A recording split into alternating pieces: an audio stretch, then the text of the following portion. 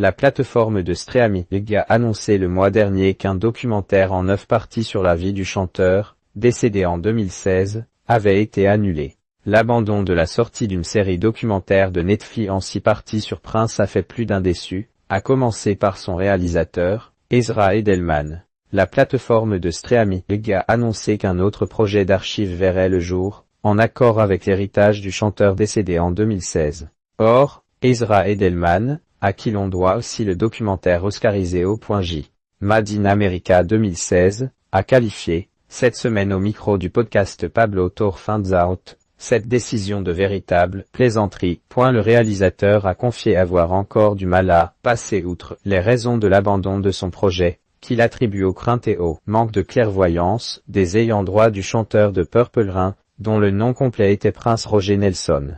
Ils ont peur de son humanité, a-t-il lancé à leur sujet. Et pour cause, le cinéaste avait l'intention d'exposer tout autant les défauts du chanteur que son mythe et son talent. Peur d'un préjudice. Tout ce que vous pensez qu'il est se trouve dans ce film, a expliqué Ezra Edelman. On baigne dans son génie.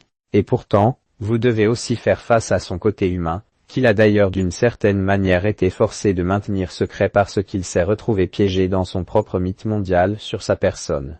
Le réalisateur évoque même les abus émotionnels et physiques qui ont été reprochés à Prince, lui-même adepte de la notion de contrôle de son vivant. Mais pour l'héritage du chanteur, à qui Ezra Edelman a laissé la parole sur le contenu de son projet pour s'assurer qu'il était factuel, c'en était trop. Ces derniers ont alors envoyé au cinéaste un document de 17 pages soulevant des problématiques éditoriales et non factuelles. L'avocat qui gère cette succession a essentiellement déclaré qu'il pensait que cela causerait un préjudice générationnel à Prince, a précisé Ezra Edelman, supposant que les jeunes générations seraient plus réticentes à découvrir l'artiste après avoir visionné le documentaire. Or, pour Ezra Edelman, son travail était à l'inverse un véritable cadeau à la mémoire de Prince, qui ne verra malheureusement jamais le jour sur Netflix malgré son dur labeur,